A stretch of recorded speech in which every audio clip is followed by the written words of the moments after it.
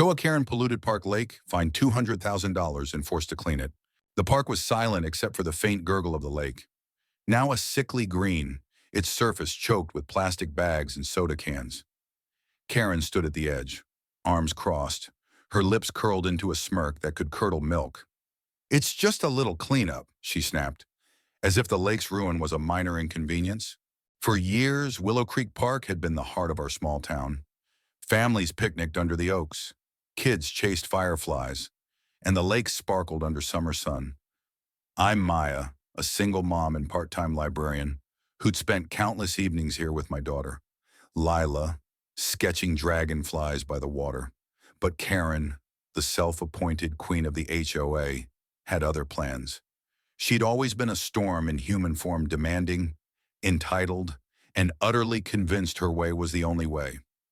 Last month, she'd decided the park's outdated aesthetic needed her touch.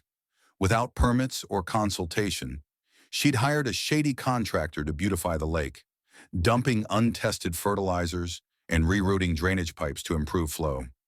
The result, a toxic soup that killed fish, drove away wildlife, and left the air reeking of decay. It started subtly. A faint haze on the water one morning. A dead frog Lila found, her eyes welling up as she held its limp body. By week 2, the lake was a crime scene. Fish floated belly up, their scales dulled by chemicals. The community whispered, then grumbled. Karen, undeterred, posted on the HOA board's online forum, "Progress requires sacrifice. You'll thank me later." I stared at my laptop, fuming. Sacrifice. My daughter's favorite place was dying. The murmurs grew into a roar at the next HOA meeting. I stood in the crowded community center, clutching a photo of Lila by the lake, her smile bright against the untainted water of last summer. "This isn't progress," I said, voice shaking. "This is destruction." The room erupted in agreement.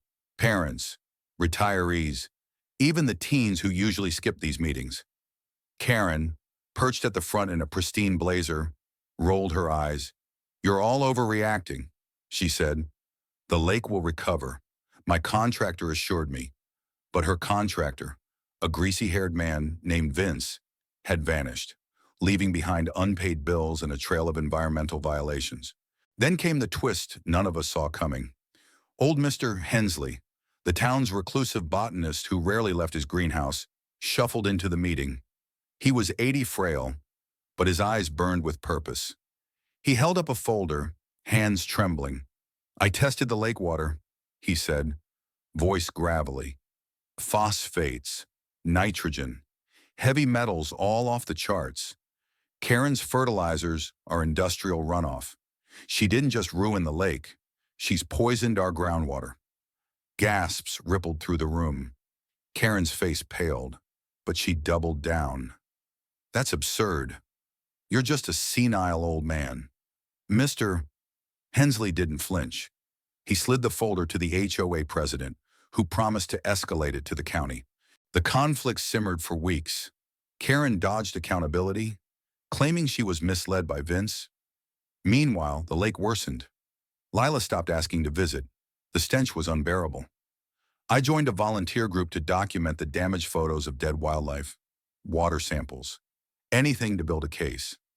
Social media buzzed with the Save Willow Lake, and local news picked up the story. Karen, cornered, started lashing out. She confronted me at the grocery store, hissing, "You're turning everyone against me." I held my ground. "You did that yourself, Karen." The breaking point came on a muggy Saturday. The county environmental agency, tipped off by Mr.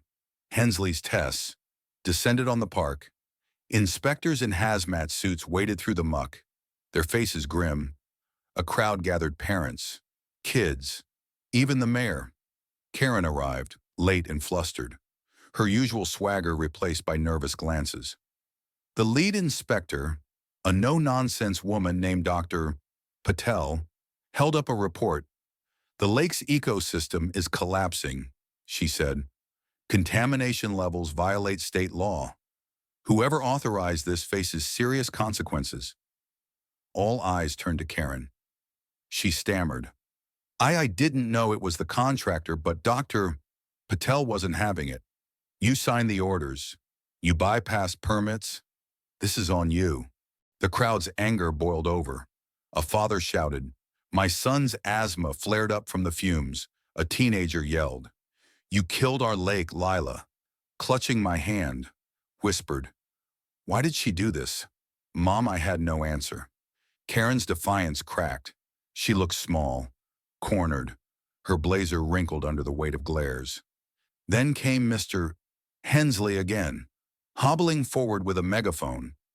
"This lake was my wife's favorite place before she passed," he said, voice breaking. "You've desecrated it." The crowd fell silent, his words cutting deeper than any shout. The county didn't hesitate. That afternoon, they slapped Karen with a $200,000 fine covering cleanup costs and environmental damages. But that wasn't all. The judge, a lifelong Willow Creek resident, added a twist of poetic justice. Karen would personally oversee the lake's restoration, wading into the muck herself, under supervision, until it was deemed safe. No hiring proxies, no shortcuts. The crowd cheered, but I felt a pang of unease. Justice was coming, but at what cost to the lake we loved? The cleanup began the next week. Karen, in rubber boots and a hazmat suit, was a pitiful sight, hauling trash bags under Dr. Patel's watchful eye. The community watched, some with satisfaction, others with pity. I brought Lila to see, hoping it would teach her something about accountability. But she just stared at the lake, still lifeless, and asked, "Will it ever be the same?" I didn't know.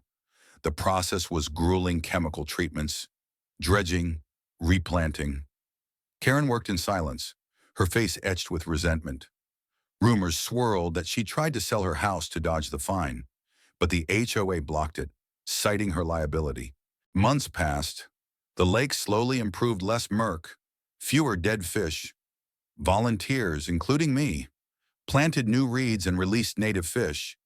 Mr. Hensley, despite his age, showed up daily, advising on native plants.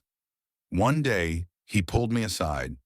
"I found something else," he said, handing me a USB drive. It held emails between Karen and Vince, proving she'd known the fertilizers were unsafe, but pushed forward to save costs.